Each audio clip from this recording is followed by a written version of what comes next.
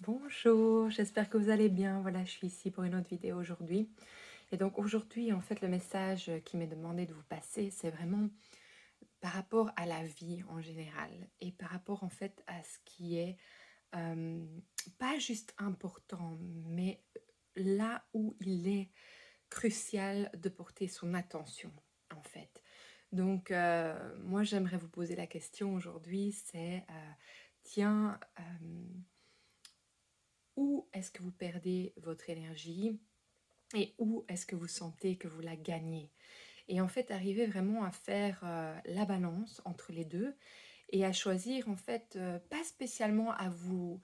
Enfin, ça peut être de décider de se libérer vraiment des choses qui créent cette perte d'énergie, mais aussi de pouvoir mieux se préparer en fait, aux choses qui peuvent créer cette perte de vitalité et d'énergie. Donc, je vous donne un exemple assez concret. Par exemple, vous savez que quand vous allez voir quelqu'un, à chaque fois que vous allez voir cette personne ou cette situation fait que vous êtes épuisé après, que vous vous sentez vidé complètement et plus du tout ancré. Donc en fait, vous pouvez, en sachant cela, c'est où vous décidez de laisser partir cette situation, cette personne de votre vie, ou alors vous vous préparez. Donc c'est-à-dire que quand vous êtes euh, au courant que vous allez rencontrer cette personne, vous faites des choses qui vous remplissent avant d'aller voir cette personne. Et peut-être que vous limitez le temps. Donc vous vous respectez et vous créez, on va dire, des limites dans vos besoins. Euh, et de ce qu'il vous est demandé de mettre en place pour vous. Donc voilà, on n'est pas toujours obligé de euh, directement euh, annuler ou se séparer de toutes les choses. Parfois, oui, il y a besoin d'aller vraiment dans cette énergie de décision, mais parfois il peut être probable de mettre des choses en place pour pouvoir arriver à surmonter et à toujours être en lien avec ces personnes ou ces situations s'il est impossible de les terminer complètement. Donc voilà. Donc ça, c'est déjà un message qui vient. Alors on va un peu voir ce qu'il y a d'autre à ajouter par rapport à ça, si ça vient, s'il y a quelque chose d'autre. J'entends que oui, il y a d'office quelque chose d'autre qui veut venir. Si vous aimez ces petits messages de partage chaque fois que je le sens, en fait, que j'ai un message à partager, je vous demanderai bien de vous souscrire, de vous inscrire, pardon, à la chaîne et à la chaîne. Je suis désolée, je suis du français-anglais parce que je parle anglais tout le temps, vu que je vis en Nouvelle-Zélande. Et donc, voilà, de mettre un petit pouce ou de partager si vous sentez que ça ferait du bien à quelqu'un d'entendre ça, ce message. C'est marrant parce que, comme hier, en fait, c'est rigolo et on a de nouveau la tour. Donc, je pense qu'il y a vraiment quelque chose avec une relation, une décision qui doit se prendre au niveau d'une relation ou d'une situation. Il y a peut-être quelque chose qu'en fait qui est j'ai envie de dire brinque-ballant, si ça se dit correctement en français, mais qui vraiment est au point de lâcher en fait.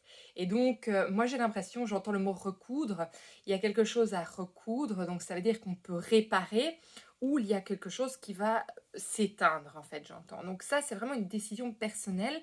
Parfois, c'est pas de notre pouvoir, c'est la vie qui met les choses en place, qui fait que euh, des choses se terminent pour notre plus grand besoin et bien. Et parfois, on a la chance de pouvoir réparer les choses, mais parfois ça ne se met pas en place. J'ai l'impression qu'avec le Knight of Coins, qui est le chevalier euh, de Pentacle, j'ai vraiment l'impression qu'il dit, et je sais pas pourquoi, hein, mais quand je regarde la photo, j'ai l'impression que c'est un doigt qui fait ça en fait. Et c'est pas ça l'image, mais c'est ça que j'ai vu directement quand j'ai regardé cette carte. Et j'ai vraiment l'impression que c'est, on te dit, toi, c'est toi qui as le pouvoir entre tes mains. Donc c'est un peu se rappeler qu'on a le droit de choisir ce qui est bon pour nous en fait. C'est un peu, ça revient en lien, hein, c'est un peu différent d'hier, mais ça revient en lien avec le message d'hier. Mais c'est vraiment, c'est toi qui as le pouvoir, tu vois, de mettre toutes les choses que tu veux en place. Tu as le droit, en fait, de décider, de prendre une décision. Tu ne dois pas spécialement attendre que les choses se fassent pour toi. Parfois, oui, il est bon de ça, mais parfois non. Parfois, on a le droit. Parce que je pense que parfois, on a un peu peur. On a un peu peur de prendre des décisions de soi-même parce qu'après, on pourrait se dire, oui, mais si j'ai un regret ou est-ce que c'est la mauvaise décision pour moi? Il n'y a pas de mauvaise décision pour moi. Il y a le chemin qui est devant et puis les choses qui sont pour nous se rejoignent au fur et à mesure. Et j'aime bien cette phrase qui dit tout ce qui est pour toi euh, te trouvera à chaque fois en fait. Donc il y a rien qui passera à côté parce que à chaque fois que tu continues sur ton chemin, les choses vont venir te rejoindre en fait. Oui, parfois tu les verras pas, et ça, c'est parce qu'il y a encore quelque chose à comprendre, on doit grandir, il y a des leçons qui doivent se mettre en place, peut-être un déclic qui doit se faire. Mais pour moi, ça revient. Tant que tu l'as pas compris, que tu l'as pas vu, ça revient.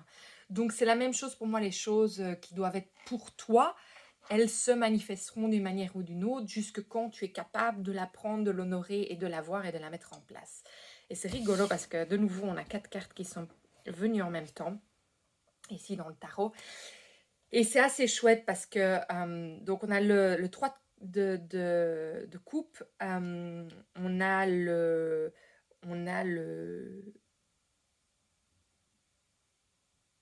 chevalier de bâton.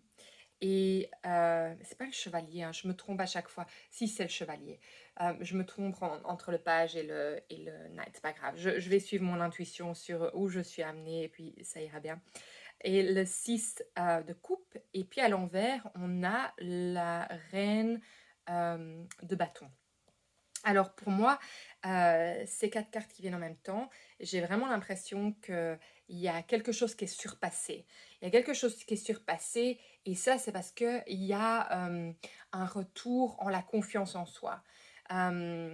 Parce qu'il y a quand même des choses belles qui se mettent et qui sont à célébrer dans la vie et je pense que vous les voyez et vous les honorez quand elles viennent. Et je pense que il y a quand même une intuition qui se met en place par rapport à vraiment, bon, je crois que là, il y a quelque chose que je comprends, il y a quelque chose qui se répète, et je pense que maintenant, il est temps de moi passer à autre chose. Il y a quand même avec la reine de bâton, quelque chose qui me dit que parfois vous doutez du pouvoir intuitif ou intérieur que vous avez qui vous dit les choses qui sont là pour vous mises en place en fait. Donc voilà, je voulais vous montrer un peu les cartes parce qu'elles sont très belles à chaque fois. Mais il y a vraiment quelque chose que vous honorez chez vous, hein, que vous voyez. Je vais vous la mettre à l'endroit aussi, comme ça vous pouvez la voir, comme elle est belle. Et de nouveau, c'est marrant, on a vraiment, alors que je mixe les cartes, enfin je vais pas trouver mes mots, je les mélange vraiment correctement, mais on a de nouveau aussi le 7 de pentacle à l'envers, et c'est vraiment, vous êtes en pleine recherche de trouver le chemin à prendre, la décision à prendre. Donc c'est vraiment une décision pour vous que je pense qui est parfois compliquée à prendre. Parce que j'ai l'impression quand même que cette relation, vous y tenez, cette situation, même si elle n'est pas facile, il y a quand même quelque chose d'aimant. Mais en fait, on vous dit allez-y, quoi. Et c'est rigolo parce qu'en fait, on vous dit posez les amarres, quoi. Posez les amarres là où il est bon pour vous de le faire. Il y a vraiment un lien qui doit... Enfin, c'est marrant, mais j'entends, il y a un lien de scission, mais en même temps, il peut être recousu, quoi. Mais il y a quelque chose pour ça. Il y a quelque chose pour ça, en fait, j'ai l'impression qu'il y a quelque chose que vous devez lâcher pour aussi pouvoir résoudre et recoudre avec cette situation, cette personne. Donc, voilà. c'est rigolo parce qu'on a le refus d'incarnation. Donc, moi, j'ai l'impression quand même que par rapport à tout le message qu'on a, c'est que il y a peut-être quelque chose dans la situation que vous refusez de voir, mais pourtant vous le ressentez vraiment fort.